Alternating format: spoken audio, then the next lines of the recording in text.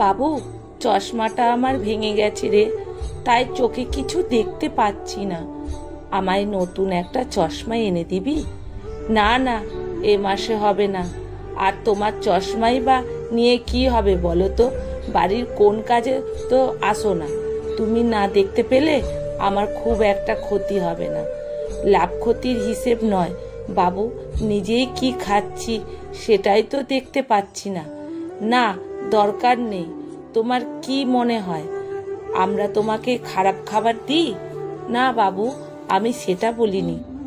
আসলে সারাদিন তো একা একা বসে থাকি, তোমাদের তো আর সময় হয় না আমার সঙ্গে কথা বলার জন্য, তাই টুকটাক বই পড়ি। সেটাও আর পাচ্ছি না, খুব কষ্ট হচ্ছে। কানের কাছে ঘ্যান ঘ্যান করো না তো, যাও এখান থেকে। পরিতোষবাবু ছেলের মুখে এমন কথা শুনে ওইখান থেকে চলে যান। পরের দিন দুপুরে বৌমা বেঁচে যাওয়া বাসি ভাত আর এক টুকরো মাছ দিয়েছেন পরিতোষবাবুকে খেতে। পরিতোষবাবু একগাল ভাত মুখে দিয়ে বৌমাকে ডাক দিলেন, বৌমা, আজ কি দুপুরে ভাত হয়নি? হ্যাঁ, আপনি তাহলে কি খাচ্ছেন? না, মানে ভাতটা খেয়ে মনে হচ্ছে ভাতটা বাসি ভাত। আমি চোখে দেখতে পাই না ঠিক আছে, কিন্তু স্বাদ তো বুঝতে পারি। খেয়ে মনে হলো এটা বাসি ভাত। বৌমা তখন রেগে গিয়ে বলল, আপনার কপালে যে এই বাসি ভাতটা জুটেছে এটাই অনেক, চুপচাপ খেয়ে নিন। এরপর পরিতোষবাবু খানিকটা দীর্ঘশ্বাস ফেলে চুপ করে ও বাসি ভাতটা খেয়ে নেন।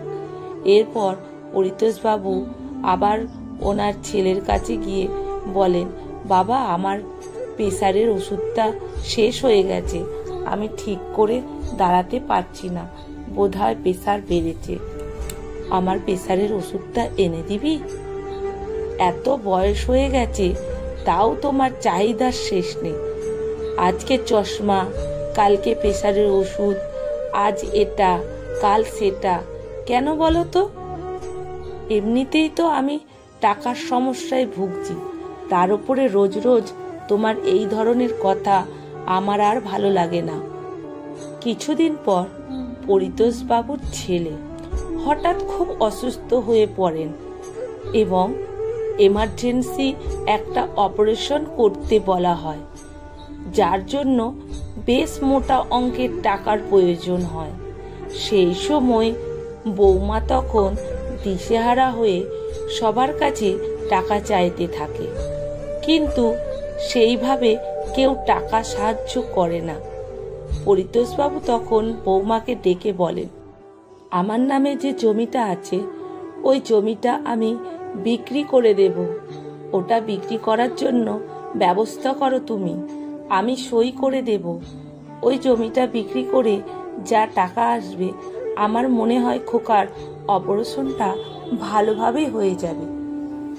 দিয়ে বললেন, যার বাবা বেঁচে আছে তার ছেলে কখনো টাকার জন্য বিনা চিকিৎসায় মারা যেতে পারে না।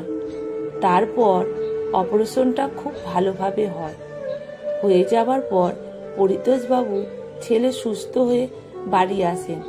বাড়িতে আসতেই প্রথমে সে তার বাবার কাছে ক্ষমা চায়, পায়ে ধরে আর বলেন, আমি খুব ভুল করেছি বাবা, আমাকে ক্ষমা করে দাও।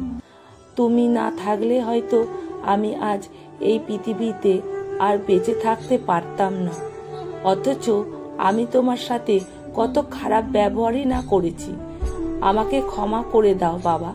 পরিতোষবাবু তখন বলেন, বাবু, আমার কাছে ক্ষমা চাইতে হবে না, তুমি তাড়াতাড়ি সুস্থ হয়ে ওঠো, আমি তোমাকে অনেকদিন আগেই ক্ষমা করে দিয়েছি। বাবা মার সন্তানকে জীবনের শেষ দিন পর্যন্ত আগলে রাখে, কিন্তু সন্তানেরা তা করে না। কেমন লাগলো অবশ্যই জানাবেন।